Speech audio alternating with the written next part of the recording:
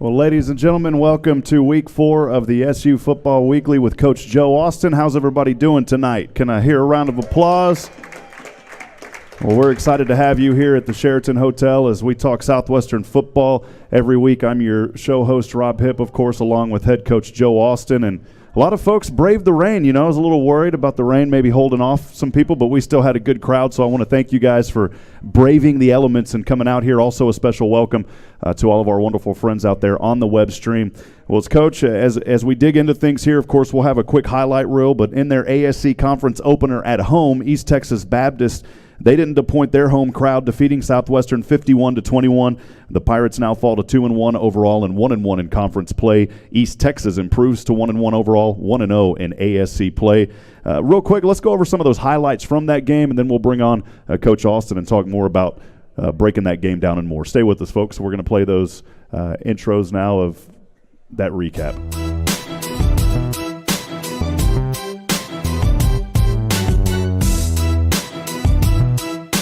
Hover has it. Hover has room to run. Hover still on his feet. Hover to the left hash, and Hover finally brought down a healthy run of 13 on first down and a first down for the Pirates to the 28-yard line.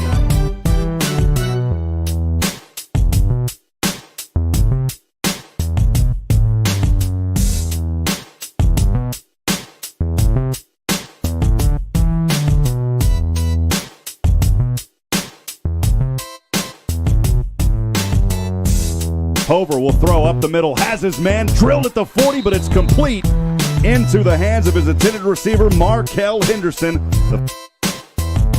Hover again on the keeper, dashes through defenders, pinballing his way forward, and he'll have the first down to the 29. What a run by Hover. For the Pirates, Emery in shotgun has Heim as his back behind him, one receiver to either side. Now moving out in a wildcat, it goes to Heim. Heim powering his way forward, spinning around like a top.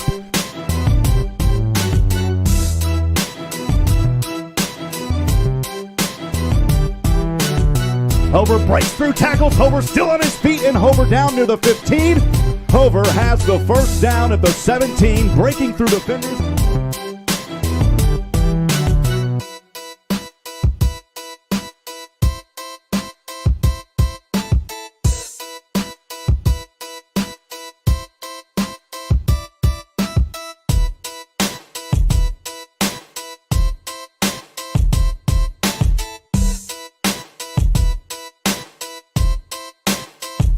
And an onside kick. Southwestern's going to have it just inside the 45. What a play by the Pirates.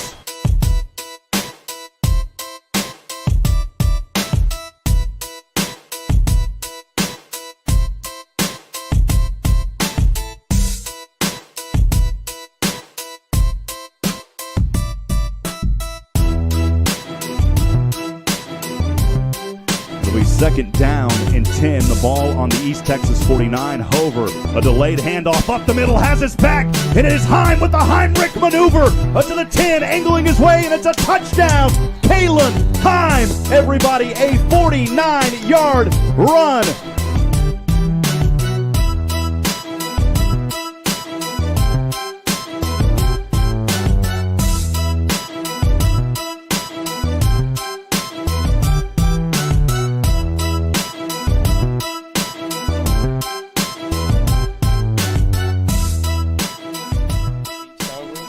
We can work on, and it'd be easy to go into a phase where you either get woe is me or you point fingers and you look elsewhere. We got beat in all three phases. We got beat everywhere, and in individual matchups as units, we got beat, so we've got to get better.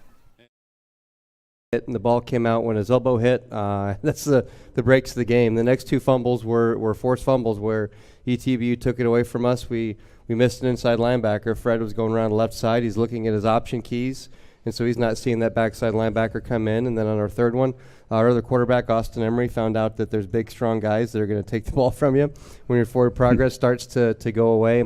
And they turn those into points. And when you're playing a really good team, you can't spot them 20 points. We did cut it right away to 20-14. We kind of got things going, got things stabilized because they hadn't stopped us. After all three of those fumbles, they were on their half of the field. We got the ball, we got first downs, we moved it. and then we would give them the football. But from 20 to 14 on, we went into a new phase, and that was we turned on the penalty machine, and we turned off the mental focus. And we gave them 3 extended drives. We'd have been off the field. It's third down. They throw incomplete passes, and we commit offsides penalties and personal fouls and give them first downs, and that turned into 3 more touchdowns. When you do that against a good team, you don't give yourself much of a chance to be competitive. And this has been a tough team historically, Coach, as I stated, starting since Southwestern's program was reinstated, a team that's beat Southwestern every step of the way. A lot of talent there in Marshall, Texas. They're an elite program. They're in the top 25 every year. They're back they were there initially. They lost their first game. They had a weird quarter themselves. They gave up 35 points. They had 2 blocked punts go against them, things they cleaned up to a team in the top 12.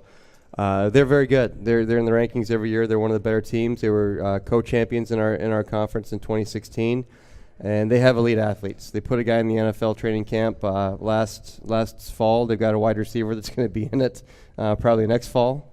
I think he's a senior. He better be. He's been around for forever. You want to know how good they are? That kid couldn't play for him as a freshman. Wow. That's how deep they are and how good they've been for a long time. They've got really good athletes, and we can play with them. We won the second quarter easily. We dominated the second quarter. We dominated the end of the first quarter, but we started off really poorly with the turnovers in the first quarter, and then we had our mental letdowns all through the third quarter, and then it was just by the time the fourth quarter hit, it just was let's play and move on with our lives. Well, definitely a lot of nice folks there at East Texas. The hospitality for us as broadcasting was phenomenal. So we want to say a special thank you to our friends back at East Texas Baptist. Thank you for your hospitality and for allowing us to be there and taking care of us on the broadcasting end, and also for Southwestern University. Well, Coach, you touched base on part of this just a moment ago. The Pirates, they rallied with 14 unanswered there in the second quarter to pull within 6 at that point. The score, of course, 20-14. Can you talk more just about that short momentum that Southwestern had, and then some comments, as you said in postgame, it's extremely difficult to rally twice in a game. Well, we're a young team, and injuries have made us even more youthful than we thought we would be. There'll be 3 freshman starters on defense this week and 3 on offense. We didn't anticipate that coming into the season. But I think some of our emotional immaturity may have shown. When it got to 20-14, on our sideline, you never felt the momentum swing. You still felt that guys were thinking we were in hang-on mode. And then when things didn't go great in the third quarter, we didn't have the grit that I'd like to think we could have had to make another rally.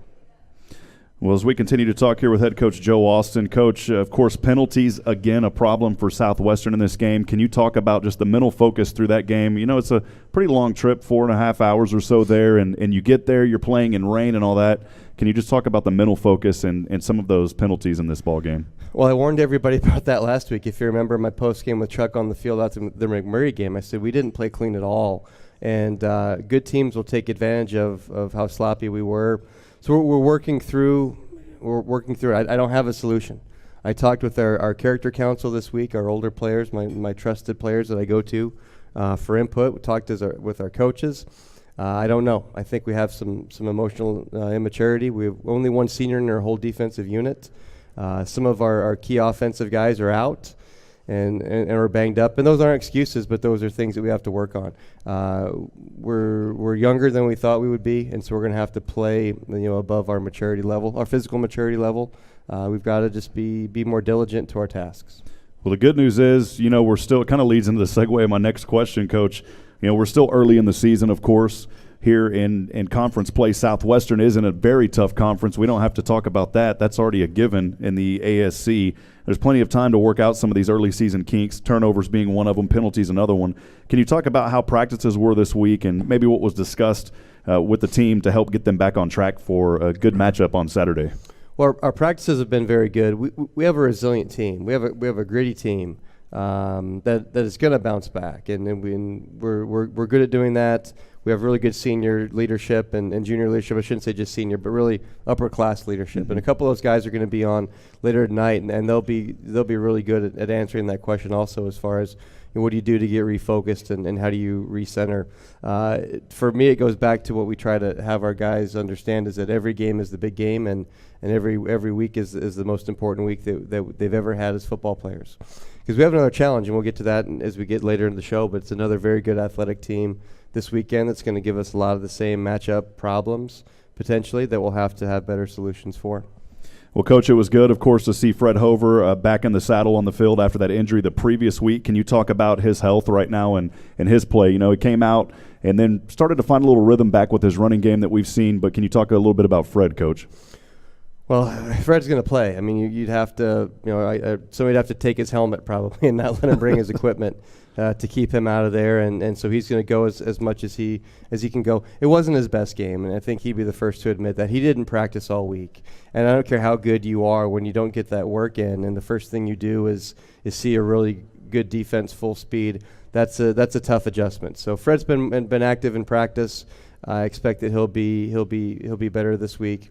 And his stats were those early stats I think may have been adjusted. We had a bad snap. Talk about issues. We threw a snap past Fred, and then they somehow credited them with a 23-yard sack and took that off of his rushing yard. So hopefully our sports information folks could get that taken care of. I don't think that was an intentional slight, but yeah, he definitely gained more yards than what the initial game stats gave him credit for. Well, I think the humidity and the weather was getting to everybody in that game, Coach. So definitely a few things to work on. As we continue to talk here, once again, Kalen Heim runs for over 100 yards, rushes for over 113 carries, 105 on the ground, and a touchdown. Markel Henderson, who is here in the house as well, we'll talk to him a little bit later. He also got a few touches.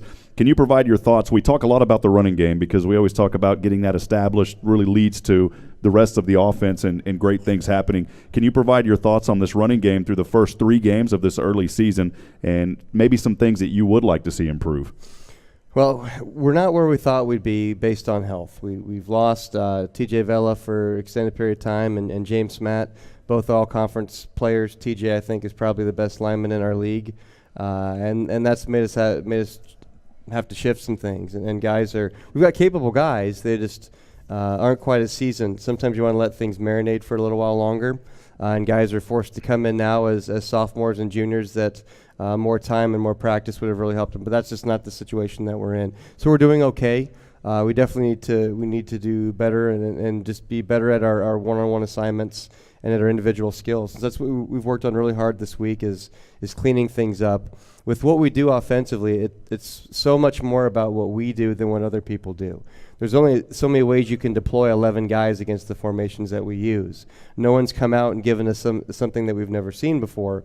We just have to be really good at blocking what we see and giving our guys lots of practice opportunities to get good at it as we've had to roll guys in. We've got a lot of freshmen and sophomores and a few juniors that have played a little bit that are now in really big roles, missing these all-conference linemen. Well, Coach, some other positives, though. We did see A.J. Daniels in that game. He had 4 catches for 44 yards. You know, he's a big target on the field. It's a guy that you're not going to miss seeing his tall frame out there and his athleticism. Can you talk a little bit about A.J., Coach? Well, A.J., another guy that didn't get to practice all week, so I was happy with how he played, not having any rehearsals. So to come out without being able to rehearse I thought was good. And A.J. is a guy that we always want to have involved in our offense and try to find ways to make sure he's involved. He's a very good blocker. He's a very good pass catcher, just an overall really important piece of our offense.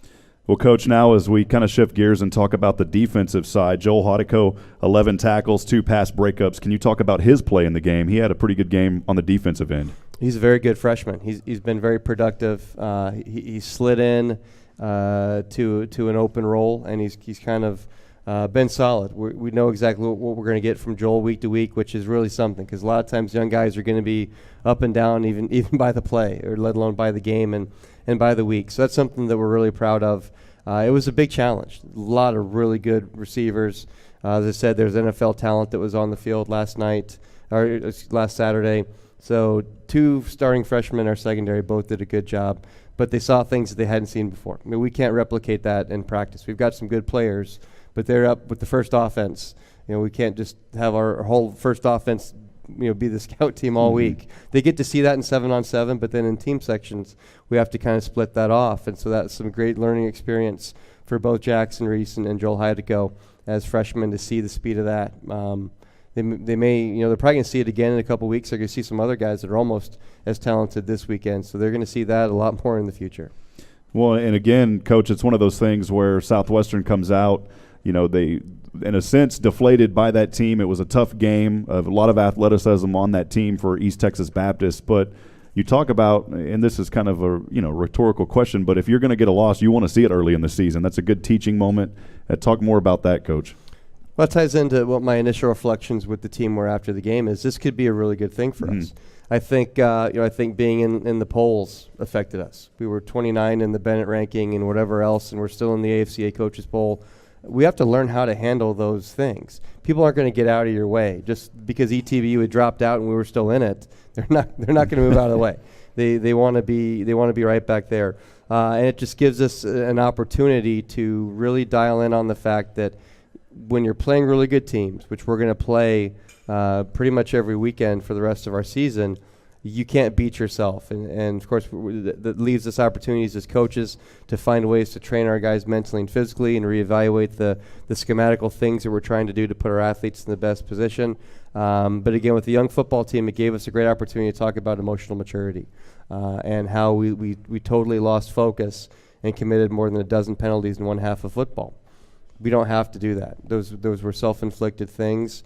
So this could really be a great opportunity for us to get better as much mentally as physically. Well, Coach, we've talked about a lot of players, mentioning, of course, Fred Hover, Kalen Heim, A.J. Daniels, and then Heideco on defense. Can you highlight maybe some other players? And I know that, not specifically trying to call out individual as a favorite or anything like that, but maybe some other players that you've noticed that you have been impressed with this season starting out early. Well, sure. We've got some really consistent football players, and Josiah Minifield, who's going to be on the show tonight, is one of them.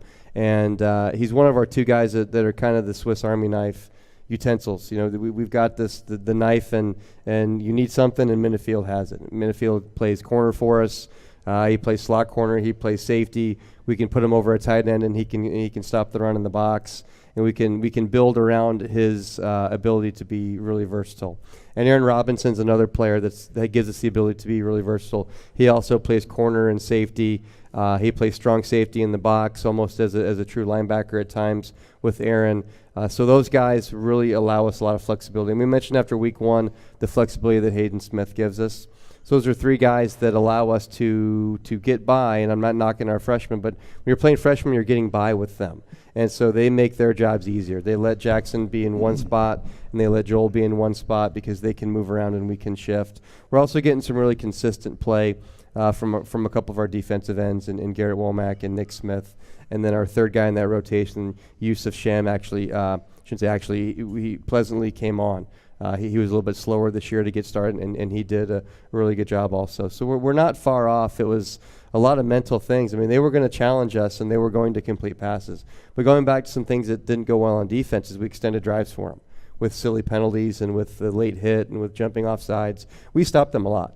They got a lot of touchdowns after we gave them extra first downs. We'll have to eliminate that going forward against good teams. Coach, final question here, the most important question. Jim Wilson was dressed up for National Pirate Day. Your thoughts on Jim and his performance on that, Coach? Yeah, well, National Talk Like a Pirate Day is an important thing in the football program. And of course, Jim and Vicky Jakomick are two awesome Pirates. Jim he turns into a pretty scary-looking pirate when he wants to. And unfortunately, we don't have our camera turned, but a lot of folks will know Jim. One of our most energetic alumnus, one of the best supporters that our football program has. I'm looking right at him. If you're wondering, I'm not looking at the camera. I'm looking right at Jim. And so that was a pretty cool thing. I don't know. It didn't get too many retweets, I guess, compared to some of the silly things that we put on our football page. But we certainly like that, Jim. So thanks to you and Vicky to having a nice little thing for us to put on our social media yesterday. Well, ladies and gentlemen, let's give a round for Jim, but also everybody that supports Southwestern. Let's give a round of applause for that and the Pirate Talk Like a Pirate Day. Well, Coach, we appreciate you. We'll bring you back on in the fourth segment. We'll step aside and take a quick break. We have two very special guests here in the house. You guys having a good night tonight, enjoying the food out here? Everybody having a good time? They made it through the rain, Coach. And I saw a few boats pulling in, too, in the front out there. So we will take a quick break. We will bring up the junior defensive back, Josiah Minifield. Stay with us. We'll be right back as SU Football Weekly with Coach Joe Austin continues here on SHN Sports.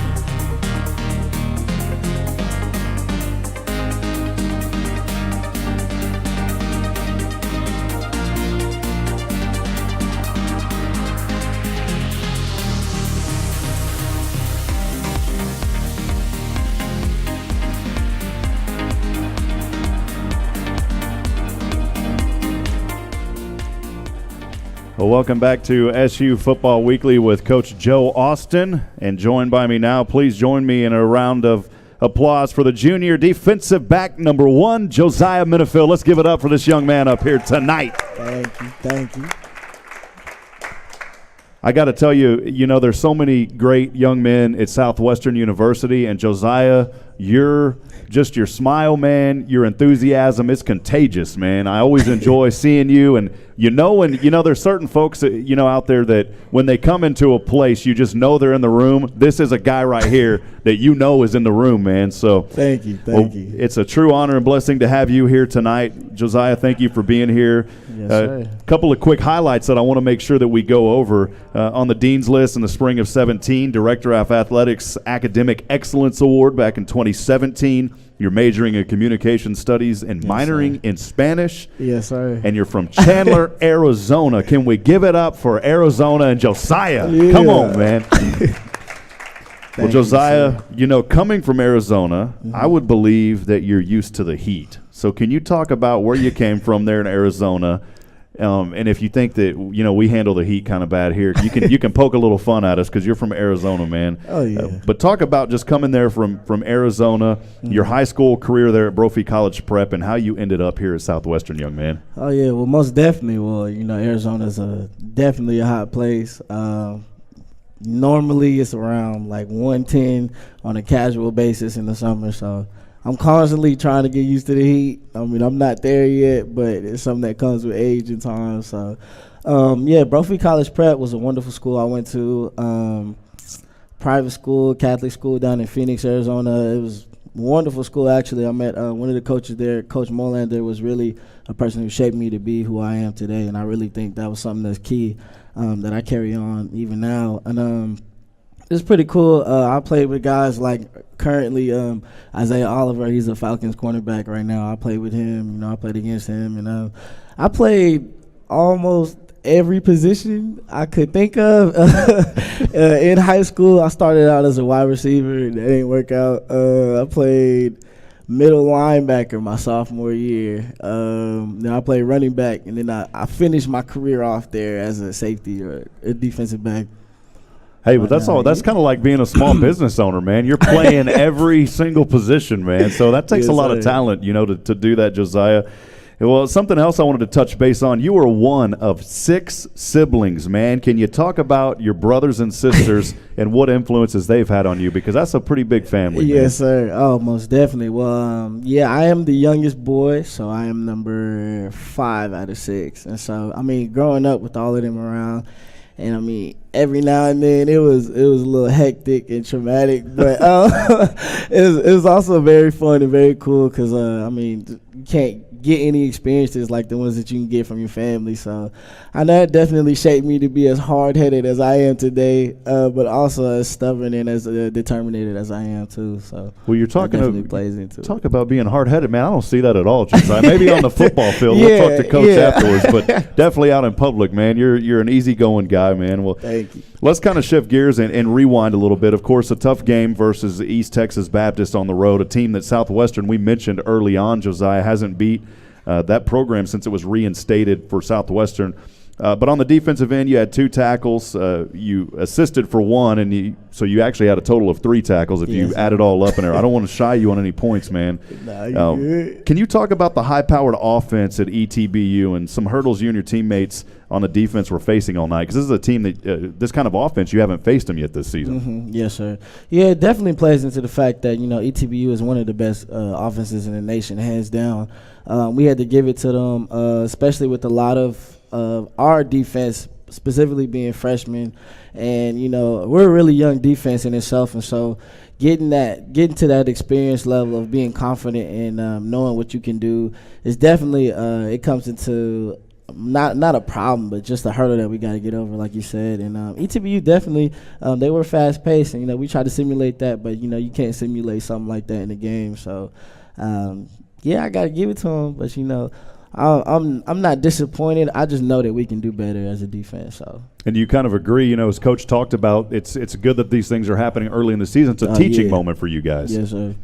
Yeah, most definitely. I think this is going to be looked at as one of the most beneficial things that happened to this team, because we not only got humbled, but also we got put on the right path, I like to say.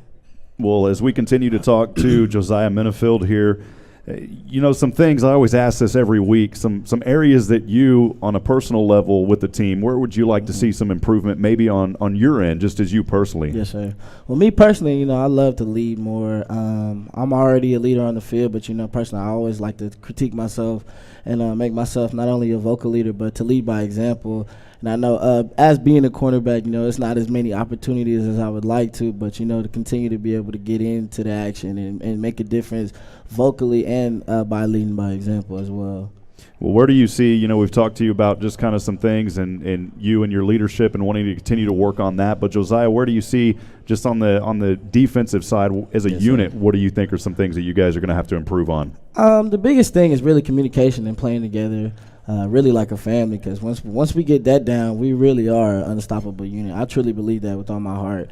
And all it comes down to is getting that experience, because like I'm saying, we're playing with a couple freshmen who not necessarily, not only the freshmen, but the sophomores as well, who don't have that experience and that knowledge to be able to recognize things as fast as the older guys would be able to. So once we get that down, you know, I have no doubts about our defense, and I'm the most confident. You know, I'll be the first one to tell you. You know, I know our defense can be a most definitely a shutdown defense and a top 10 defense.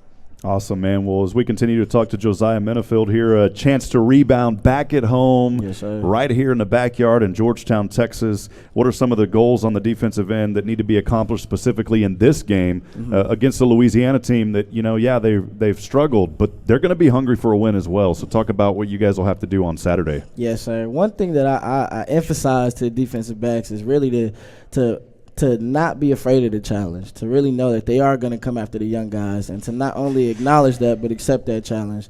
And so definitely on defense, in the secondary per se, I know that we need to establish ourselves as a great passing defense. And, you know, the run, we always going to shut down the run. You know, I have the utmost confidence in our linebackers, and our front seven is, you know, one of the top in the league already. And so really just solidifying our stance in the secondary and the passing game is what I know that we will accomplish this weekend. Well, I'm glad you brought that up, because, you know, we don't want to be negative Nancy. Yes, you know, in a game that's a loss, we do want to highlight and touch base on those things to see what the response is. But, hey, on the defensive end, on the running game, you guys only allowed 52 yards. So that is another good defensive stand, at least on the running game.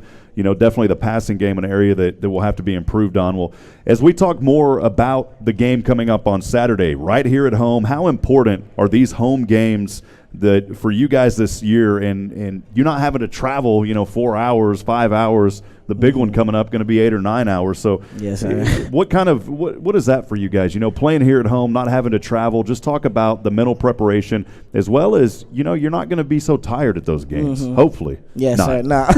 No, we're definitely getting caught up on those 8 hours of sleep. But, you know, playing at home is most definitely a privilege and an opportunity to take advantage of, you know, the blessing that we get to play in front of the people that we know and love. And so it's definitely a morale booster, really, when I would say to be able to play at home, because I know a lot of these guys are, you know, excited to go out and make plays in front of their family and friends.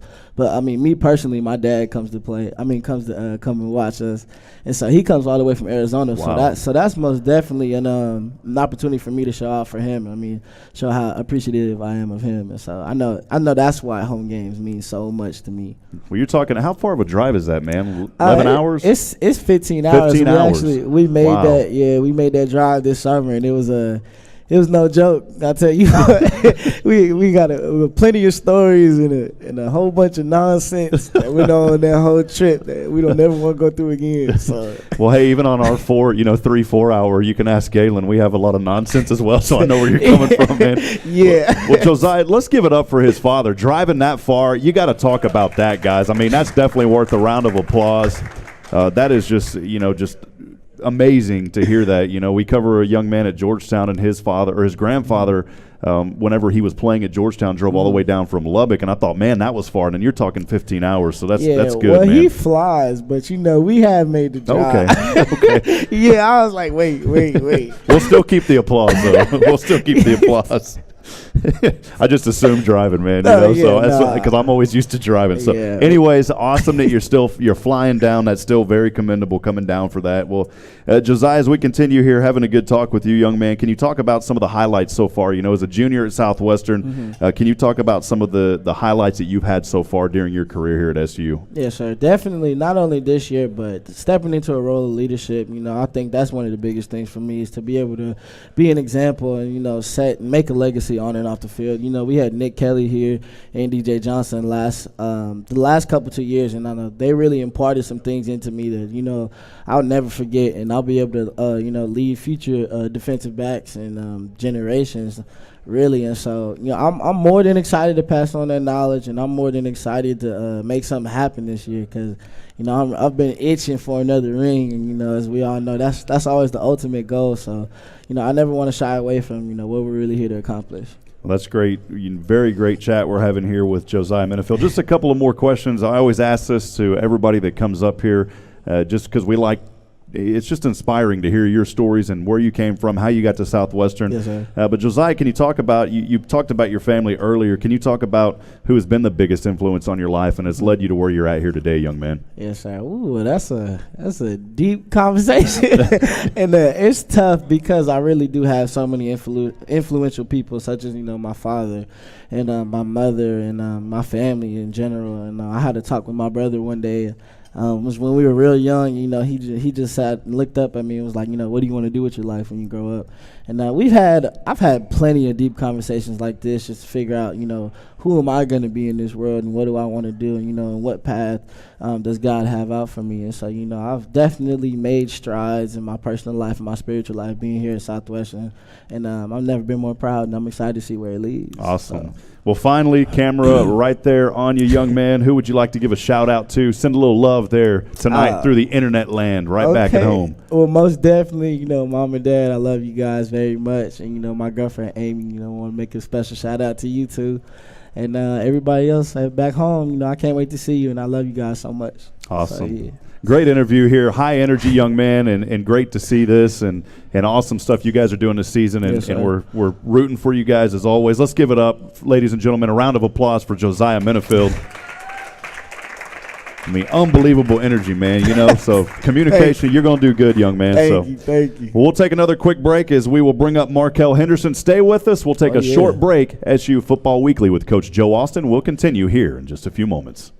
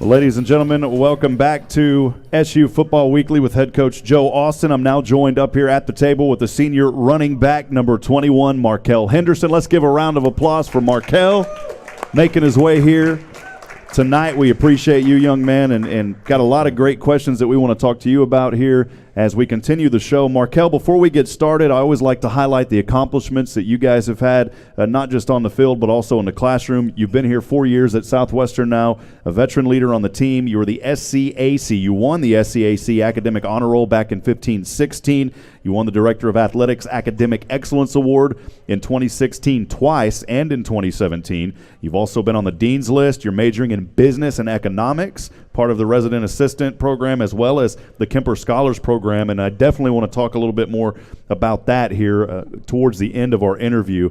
But as we dig in here, Markel, can you talk a little bit about where you came from and how you ended up here at Southwestern? Yes, sir. Well, born and raised in San Antonio, Texas. great place, by the way. I attended Texas Military Institute, and they placed a lot of emphasis on academics as well as athletics. And so for me, Southwestern was a place that I could attend where I could focus on athletics, but without compromising my education. And the atmosphere at the school was phenomenal. Being able to be a part of a program that was just starting and have the entire campus very much like a family feel was just a great fit for me. Well, Markel versus McMurray, a couple of weeks ago, you had a great return that set up Southwestern right out of the gates. I know we'll talk a little bit about the previous game, but I did want to highlight the game versus McMurray. You know, that was a play where it set up Southwestern on the 44-yard line. It allowed Brandenburg, Kalen Heim, and eventually Fred Hober to run the ball in for that touchdown. That was a 5-play, 56-yard drive. Can you talk about, from your perspective, what it's been like in that return man position for Southwestern? Because there's a lot of weight on your shoulders on those returns. I mean, it's fun. You know, the big thing that we focus on is doing our 111th. So whether it's my job to block or take the ball in whichever way our return is set up, I just focus on doing my job. And it's a lot of fun when you get to play with guys in front of and behind you who are really good at doing their job as well. We had some questions come in, and even from us, you know, learning the rules as we go sometimes, that's the way it goes. We try to study a lot of those rules, but there's a new rule now. If you fair catch within the 25, is that automatically advanced to the 25? Do you know about that rule? How does that work? So I kind of know about that rule. We did talk about it, and I believe it's you advance to the 25. Okay. Yeah, because we had a lot of text messages come in on that, and we were in the booth saying, wait a minute, and then someone texted us and said that. So, you know, always a lot of things to keep up with. Well, as we go back and look at East Texas last week, you rushed, not a lot of carries, 3 times for 28 yards. You were averaging, though, over 9 yards a carry. You also caught 2 passes for 18 yards. Markel, you're in that senior veteran role here for the Pirates. Can you talk about your role to the other backs, such as Caleb Heim, and not just the backs, but the others on offense as well? Yes, sir. Well, as Coach Austin said, we're blockers first. Our goal is to run for 1 million yards, and if you can do that, then you can pass for as many as you'd like. And being a senior, at the end of the day, and I hope we instill this through all of our players, I just want to win, And sometimes my job is to go and block the linebacker every single play. And so if that's what it takes to help put the team in the best position, then that's what I'm going to do. Kalen, I love playing with Kalen. He's great. He's a lot of fun. We compete a lot in practice. He definitely helps me elevate my game. Hope I do the same for him. But it's just a lot of fun. And really, as a senior, just try to focus on doing my 111 so that we can win. Well, now I'm going to have to bring this up just because it's part of the show. We call it, as we call it up there in the booth and here in the show, and we want to hear your perspective on it. But, in that game, a lot of turnovers and penalties at East Texas Baptist. Can you talk about the practices this week and maybe some things that have been said that have really stuck with you to help overcome those mistakes and look for a great game on Saturday here back at home? Being on offense, you have to take care of the ball. It's unfortunate that we turned it over that many times, but it was a great learning experience. We worked on it, and we're going to move forward from that. Practice this week, we're really focused on having fun and being disciplined. It's tough for some teams to bounce back after a loss like that, but for us it was, let's keep moving forward. So we had a lot of fun this week. We're very focused, and I feel really confident going into Saturday. Well, you said a key word that really stood out to me in your response to that. And after a loss, to a very good team, you mentioned a word that I don't hear a lot, and I think it's a great word, and it just talks about you guys and under the leadership of Coach Austin and the rest of the staff there. You talked about fun, and that's so hard for teams to come back after a big loss and go out there and have fun. Can you talk a little bit more about that and, just how fun it's been during the practices and things? Yeah, we have the music playing, which is always fun, and I think it just we go back to competing and understanding why we play this game. Especially being a Division III athlete, you don't get some of the perks that the D1 guys do. So at the end of the day, we're out there for the love of the game, and so we just have to really realize why we're there and compete and just come with energy because that's fun. Obviously, winning is fun. But when you start to have fun in practice and translate that to the game, then it'll translate into a win. Well, you face Louisiana College this Saturday, of course, right back here at Birkelbach here in Georgetown at home. Their defense has struggled. They've allowed 135 points in their first 2 games of the season. They were shut out on the road, 0-78 versus Alcorn State. Granted, that school is a higher-ranking school. But then they also lost at home to Hardin-Simmons, another top team in the ASC this past Saturday, 21-57. What's really the game plan on offense for you guys coming out on Saturday? Same as always. Rush for 1,000,000 yards and throw for as many as we like. And being a running back, it's always fun when we can talk about rushing. But as Coach Austin said, we really focus on doing what we do, and it's not so much about the other team, but focusing on doing our job, executing our 111th. Well, in these years at Southwestern, now as a senior, can you talk about some of the highlights you've had? Of course, we know a couple of them already, but if you want to mention them, please do. And what have you enjoyed the most so far out of being here at Southwestern University? Absolutely. I love my championship ring. That was really that was a really fun time, and it's always a great story to share with people. But we've gotten to travel. We went to Ohio, Wisconsin. Those trips were really fun. Just being able to go somewhere to play the game you love with a great group of guys. Those trips have just been phenomenal. Well, a couple of final questions here, Markel, as we continue to talk to Markel Henderson here. I mentioned earlier you're a Kemper Scholar. I definitely wanted to give you a moment. Can you talk more about some of the experiences you've had and what that Kemper Scholarship is? It's something very important and very honorable to receive that. Yes, sir. So the Kemper Scholars Program, it's a program that identifies students who are interested in business and insurance. So it starts your freshman year, and they provide professional development, interviewing and resume building skills, and you actually spend at least one summer in Chicago and then another one in a place of your choice. So for the past 2 summers, I've actually spent them in Chicago.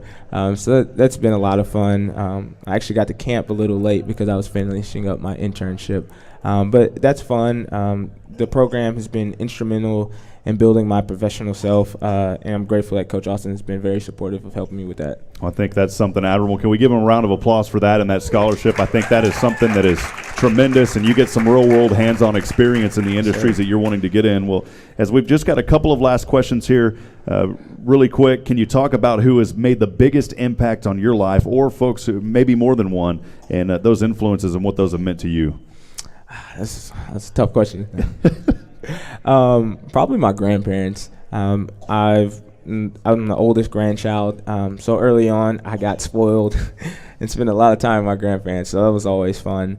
My grandfather was really instrumental in my life up and through 6th grade when he was alive. We really spent a lot of time together, and him helping me understand what it was to be a man. And so that's just been phenomenal. And my grandmother, we're really close. She usually cries at the end of the games when they leave. So I'm just very grateful for them and looking forward to seeing my grandma and all my family this weekend. That's awesome, man. I think grandparents something that all of us can look up to, and just awesome to hear those influences in your life. I do have one final question, but before that final question, man, this guy, have y'all seen him styling some suits? And I was kind of disappointed because you didn't wear one here tonight, man. So can you talk about your style and those suits that you wear? Because I got to tell you, man, you may have a job, working at one of these, like a modeling for suits, man. Talk to us about that. So I don't know. I've always been a shorter guy. So early on, my confidence was a little low. So I used to wear suits and stuff to, feel good about myself. And I just really liked it. So I've actually sold suits a few times, during my Christmas break. So that's helped. And it's just fun.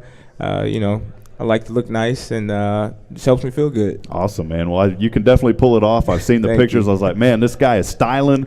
Another great, awesome young man here. Finally, as the camera's on you right here, who would you like to send a shout-out to tonight? Shout out to the entire school, all the fans. We appreciate your support. Shout out to my family. And most importantly, shout out to the big bodies up front and the offensive line. We love you guys, and we're going to rush for 1,000 yards this week. Awesome. Well, let's give it up. Markel Henderson, another great interview, another awesome athlete, as many at Southwestern are. Thank you, Markel, for being here, young man. Friends, stay with us. We've got about 10 minutes left. We're going to quickly run over what else is going on at Southwestern University, and then we'll bring Coach Austin back up along with Galen Welnicki to talk things over with this game on Saturday. SU Football Weekly with Coach Joe Austin continues here on SHN Sports.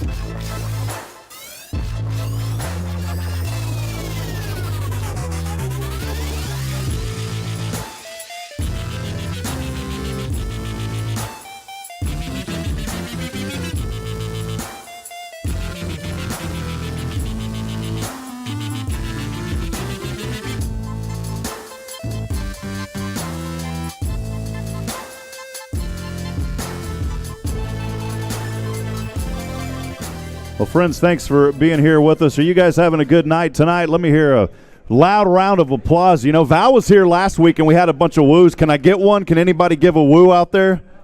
There we go, a couple.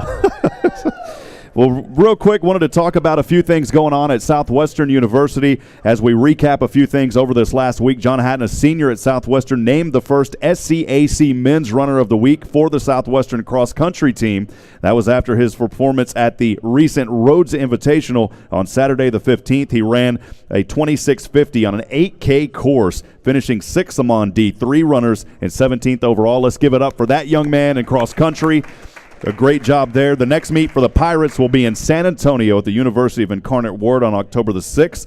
The men's soccer team picked up another conference win after defeating the Texas Lutheran team on the road this past Tuesday. The Pirates now undefeated in September. Before this victory, they won in overtime 1-0 versus Colorado College on the road. That's not a bad trip when you're heading to Colorado. Their only loss of the season was the opener against the Chicago Maroons, where they fell 1-0.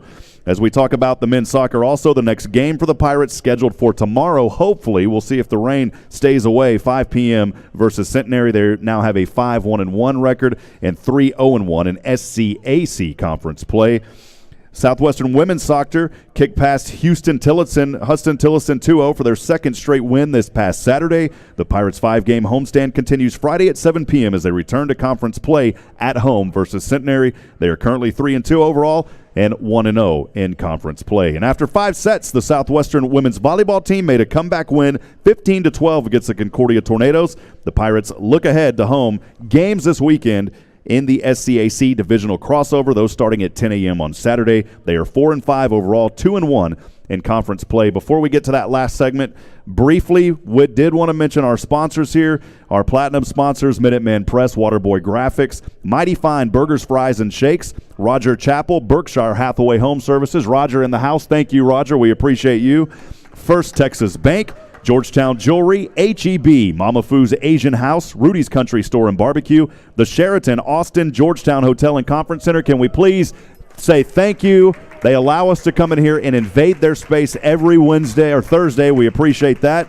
Our gold sponsors, CJ's Catering, Double Dave's Pizza, Primerica Financial Solutions, Our Bank, Randolph Brooks Federal Credit Union, Schloschke's Austin Eatery, South Star Bank, St. David's Georgetown Hospital, Texel Credit Union, Turnip Seed Real Estate Group, silver sponsors, Antioch Georgetown, Chick-fil-A, Georgetown Commercial Properties, and the Georgetown Cert Company. And finally, last but not least, all of our wonderful bronze sponsors, Be Creative, Boomtown Escapes, Chisholm Trail Pediatrics, the City of Georgetown, Don Hewlett Chevrolet, Eagles Wings Home Services, Gary Brown CPA, Georgetown Title, Hillstone at Wolf Ranch Apartments, John F. Lewis CPA, State Farm, Featherstone Agencies, and Upstream Investment Partners. By the way, how many of y'all went to Boomtown last week? Can I see a show of hands?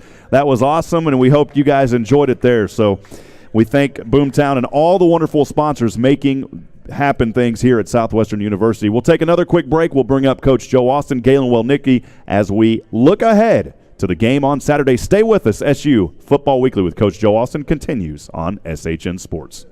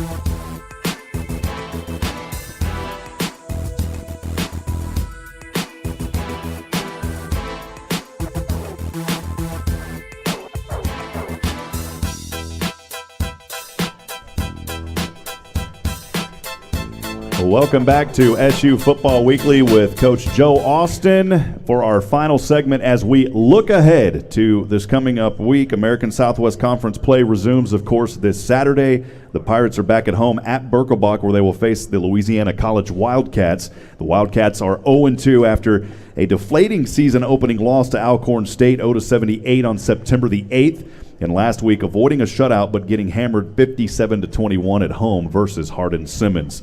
And this will be the second meeting between the Pirates and the Wildcats, an all-time series. The first and only time these teams played together was last year. Southwestern won that game 37-34 on the road in Pineville. Coach, the current mindset and focus going into this game on Saturday.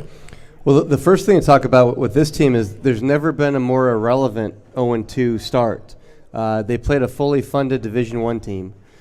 So what our guys have to understand is the Alcorn State team they played is better than we are. So they're seasoned. They've played a team that's going to be better than what we can throw at them. So they're going to be well prepared. And then Hardin-Simmons is a top 5 team. Whether they're better than us, we'll see as the season goes on. But they played 2 really, really good football teams. I bet they didn't get deflated in the first game because, 1, they got paid. And 2, they kind of knew what they were walking into. I mean, they agreed to go play a team full of full scholarship Division I football players in exchange for some money. So they knew what they were doing, and they really didn't get physically beat up. You know, they had good athletes, and they ran around them a little bit, but they're a good football team. Their athletes are very good. It's just another week in the ASC. I mean, last year it was a 3-point game that we barely snuck out with a field goal in the last minute. So our guys have to be ready to play, and I think our guys are prepared to know they know who they played, and they know that Hardin-Simmons and Alcorn State are 2 really good prep teams to get them ready to face us. Coach, on the offense from Louisiana College and also on the defense, what can we look for out of that Louisiana team this weekend? It's another team full of athletes. They're going to run things similar to what East Texas Baptist does. They're going to spread the field. They're going to challenge our young defensive secondary. So what we're going to do is we're going to stop the run. We're going to make them one-dimensional. You mentioned, and we should have mentioned it more talking about ETBU. I hate to bring them up. Thank goodness we're almost done talking about that week, right? But we held them to, 52 yards rushing. Mm-hmm. We're not going to let a team that can throw for 400 yards also run for 400 yards. That would just be a silly thing to do. So this week we're going to stop the run again. We're going to force Louisiana College to be one-dimensional. But this time, when we get 3 and outs and we stop them on 3rd down, we're not going to commit penalties. We're going to get the ball back to our offense. On defense, their strength is their defensive line. They've said that in media things. You can see it on film. And the challenge for us is that's where we're banged up. And I mentioned I like our young players. There's freshmen and sophomores and some juniors that are playing now. We still luckily have David Alvin Quinton, who's been on the show last week, who's a senior in there, Noah Berlanga, who's a senior in Cole Atterbury. So we have a few older guys that are still in, but a lot of underclassmen and a lot of non-seniors that have to play well. If you want to circle a matchup, circle the strength of their team being their defensive line against our younger offensive line. Again, younger than we thought we'd be at this point in the season. I was going to ask, Coach, some of the players to watch out for in Louisiana. You've led into some of it now, the defensive players. Any other players we should keep an eye on for in this game? Good receivers. They're just talented. They're going to have athletes that can run fast and that can separate, and then they're going to come in waves. They're going to try to do a lot of things with tempo and with personnel and with spacing of the field to make it really challenging. So our game for us should be good because we've kind of already played this game defensively. We played East Texas Baptist the week before. Is going to try to do the same things. We just have to be better at our individual skills. And then handle adversity better. The interesting thing, too, is that it's supposed to be like this on Saturday. We may have lightning delays. It may rain the whole time. That can be an advantage if you can handle it mentally. That can be a disadvantage if you can't handle it. We've got to turn it into an advantage. Coach, final question from me before I turn it over to Galen. I asked this to Markel. I'll ask you as well, Coach. You know, the Pirates, of course, back at home, especially after the loss last week. How much of an impact do these home games have for the Pirates? Playing at home is obviously nice. We love our support in Georgetown. We love our crowd. We just love the stadium, too. I mean, we get to play in such a great place. The biggest stadium in Division III, really great home fans. And it's tough. We drove to Pineville last year, and it was a long drive, and it was 1,000,000 degrees. Way hot. You thought it was hot at ETBU, man. You just wait until we go play some day games in the Bayou next year. So it's good to be at home. Travel's difficult, especially, as you mentioned, we're traveling and playing more young players than we thought. So the bus trips are tough. The hotel nights are difficult. I always prep our guys when we travel. You don't know who your roommate's going to be. They may get up to pee 1,000,000 times. They may snore. They may take phone calls from their girlfriend at 4 a.m. You don't know. So it's eye masks, it's earplugs, it's cold medicine, it's headphones. You got to be ready to sleep. And a lot of them are sharing beds. You don't know if they're going to roll around a lot. You got to. So there's so many challenges that people probably don't even think about. We're not the Dallas Cowboys. Everybody doesn't get their own suite when we roll into wherever we're rolling into. Guys are doubling up in beds, and there's as many as 4 to a room. So they get to stay in their own beds, and they get to have familiar things, and we get to have a pregame meal in our building with the food that we like, and it's consistent, and so lots of benefits to being at home. Yeah, and I was going to mention, you talk about the professional teams. This isn't the Embassy Suites with the manager's special in the evening, so you can't get it. Galen, I'll send it over to you, Galen. Well, with their what kind of offensive balance do they have? Do they what do they emphasize the pass, or because their statistics show that they've been much more successful passing than they have running? It's a good question, Galen, and the fact that they've played really good teams that haven't allowed them to run. So I think they would like to run, be more successful running than they have. They were just physically outclassed with Alcorn State. They just didn't have the athletes. And then Hardin Simmons also was very, very good, and we'll get to see those guys in about a month or so. We're talking about a team that's been in the top 10 4 years in a row in our division. So they've had trouble running the football. I think they'd like to run the ball a little bit more. But again, our job is to make sure that their running game doesn't get going. Just have to worry about one thing and being more consistent on the perimeter. Yeah, because you put that in our yardage in perspective, and they basically ran the length of the lobby and the bar. It's all they've got, 58 yards in 2 games. That's basically the distance between that end of the room to that end of the room. Well, we're going to hold them to the lobby, hopefully. Okay. We hold them to the Hey, lobby. let's bring them over here and play in the lobby. So that'll be the shirts that you wear to this. Is If hashtag we- hold them to the lobby. If we could play them in the lobby, it'd be to our advantage for sure with our run game. That's about what I've got. You know. All right. Well, Coach, final thoughts on this game before we sign off this afternoon, this evening. Yeah, the main thing is our guys don't overlook an 0-2 team that lost to a scholarship team and a top 10 team. They're very good. This is going to be a challenging week for us because it has to be a bounce-back week.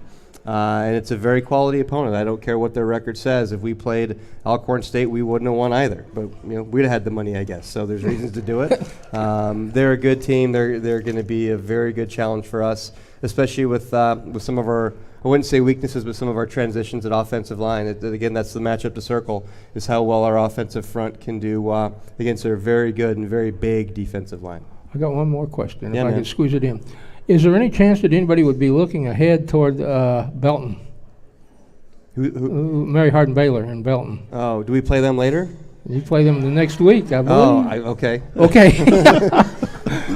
I'm not. Hopefully we learn that lesson to think about rankings and think about this and that. As Josiah said, we were humbled. We thought we were really good after 2 weeks. I still think we're very good. But hopefully we're just getting back to the basics and thinking about what's in front of us and who we're going to play and what's going to happen on Saturday. Well, Coach, we appreciate your accessibility through our first 4 games. It's been a true privilege and blessing working with Southwestern University. Thank you to Gleda, and I saw some other Southwestern folks in here a while ago, so I wanted to say thank you to everybody there for allowing us to bring these broadcasts, Coach. And let me say, too, I didn't interrupt you, the feedback has been fantastic with SHN. I hope our fans are enjoying the quality of the stream, the high def, the graphics with the show this week, and all the weeks. I think it's that things are going really well, and we feel really blessed to have you guys also. Well, we appreciate that, Coach. And touching base on that, I just wanted to remind everybody out there that on YouTube, it's very simple. Go to youtube.com/SHN Sports #1. That's youtube.com/SHN Sports #1. Subscribe to our channel. You will receive notifications when we go live. And so that's one way to stay active and know what's going on at SHN with Southwestern and other events that we cover. Let's give it up one last time, friends, for the Sheraton Hotel here, Sheraton Austin, Georgetown. Thank you guys for allowing us to be here. And we appreciate everybody. On behalf of Galen Welnicki, I'm Rob Hipp, Nathan Height, Mickey Holden, and all of our crews here in Central Texas, reminding you tonight, remember, friends, we're not strong enough alone to make it on our own. We need each other. Provide a word of encouragement, lend a hand of support. Somebody out there tonight needs you. Until then, we will see you Saturday. Go Pirates. And remember, hold them to the lobby. We'll see you next time.